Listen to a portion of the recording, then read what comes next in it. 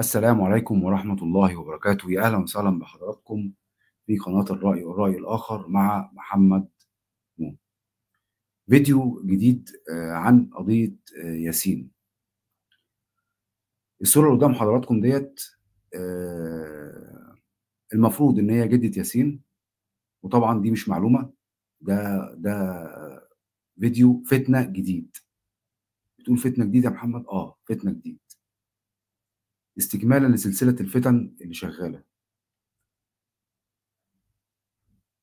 ده فيديو صوتي نازل وهعرضه لحضراتكم، وحضراتكم ليكم التعليق ولنا التعقيب. بس اسمعوا معايا الفيديو ده وركزوا كويس قوي يا جماعة في كل حاجة بتتقال. اتفضلوا معايا. مع جدة ياسين تواصلت مع فريق إعداد البرنامج، أخدنا بعضنا وجينا على طول لجدة ياسين نعرف مشكلتها إيه وإيه اللي حصل مع جدة ياسين، وليه حاولت تتواصل مع برنامج الشفرة بالذات عشان تحاول تعرض مشكلتها. مساء الخير يا حاج. مساء النور. لو تعرفيني بنفسك الأول. أنا جدة ياسين. أنا عندي ياسين حفيدي عنده 4 سنين ونص. أولا ده برنامج اسمه الشفرة، أنا أول مرة أسمع عنه. ده رقم واحد.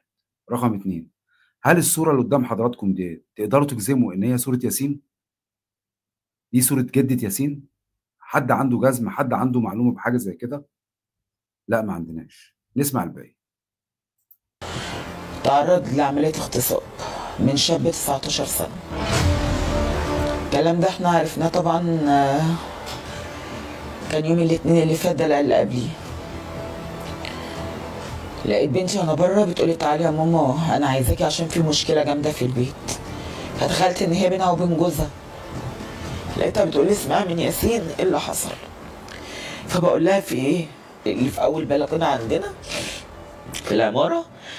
قالت لي عمل معايا حاجات مش كويسه. قلت لها ازاي؟ وطبعا كانت صدمه ليا.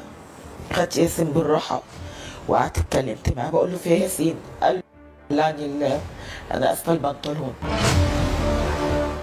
قعدت اتكلمت مع الولد، لقيت ان الولد تعرض طبعا لحاجه زي كده. قلت لها طب اهدي، انا هاخد الولد دلوقتي وهننزل نروح للدكتور.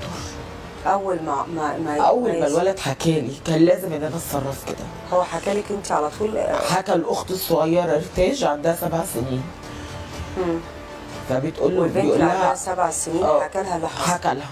قال له طب قولي لتيتا والماما ياسين وما تخافش. قال لها هيرميني من فوق. قالت له لا ما تخافش تيتا هتضربهولك ما تخافش. راحت المهم خدته وجابته من ايده وراحت خارجه لمامتها بره. كانوا قاعدين. راحت قالت لها يا ماما اسمعي من ياسين هيقول لك ايه. حكى لها بقى الولد. راحت هي متصله بيا وقال لي تعالي. حكى لمامته اللي هي بنتك صح؟ اللي هي بنتي. كلمتك؟ جيت لها على طول. انت كنت فاكره يا حاجه ان المشكله بينها وبين جوزها. بين جوزها، ما قالتلكيش حاجه في التليفون؟ لا لا لا لا. قالت لك يا ماما الحقيني. بالظبط.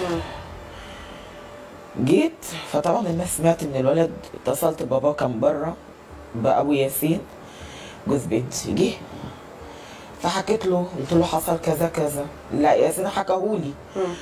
لقيته طبعا بيفتح الباب ومنهار ونازل. واجهتي الطرف الثاني؟ لا لا. فهميني بس الحته دي. انا جيت لما بنتي انا وصلت البيت وياسين حكالي. ياسين اللي هو الطفل اللي عنده 4 سنين بالظبط. حكالك قال لك يا تيتا اللي عند البطل فين يا ياسين؟ قال لي فوق. فين بقى فوق ده الكلام ده فوق السطح.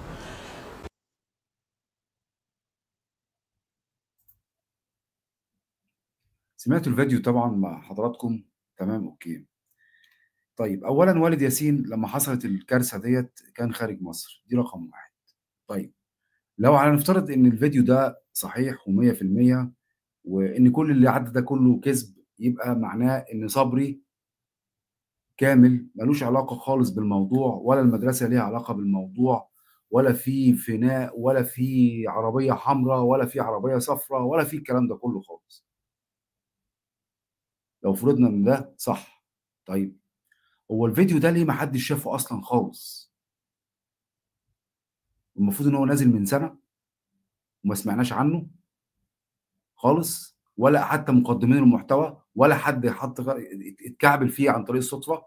لا مفيش. يبقى الفيديو دوت يعني لما يجي ينزل حضراتكم ويلاقوا في التوقيت دوت برضه، يعني ده معناه ايه؟ انا هفسره ازاي؟ لما الطفل ياسين يشهد ويقول هو ده اللي عمل معايا كده، يبقى انا مطلوب مني ان انا اصدق فيديو زي ده نازل متداول وبيبدا ينتشر من النهارده؟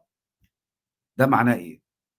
بلفت نظر الناس او بشيل التهمه من على صبري خالص، وبكده تبقى اتشالت من التهمه من على المدرسه، واتشالت من كل ما يخص صبري والمديره ونانا، ومفيش اي فيلم من الافلام دي خلاص خلاص حصلت كده، صح كده؟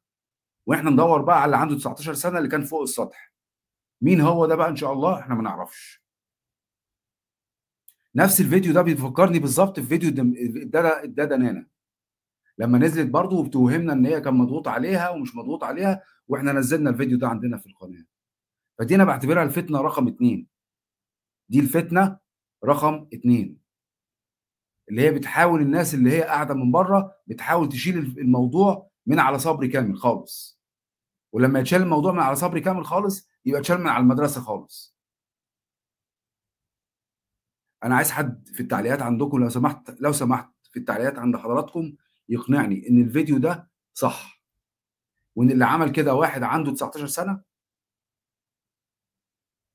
وكان فوق السطح الكلام ده كله، تقوم بنته تاخد الولد وتجري على المدرسه وتتهم المدرسه. طب وهي تتهم المدرسه ليه؟ ايه مصلحتها في كده يعني؟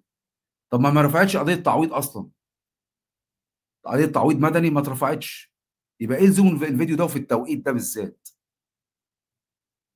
بشكر حضراتكم جميعا. يا ريت اعرف رايكم في الفيديو ده وايه الغرض من نزوله وفي التوقيت ده.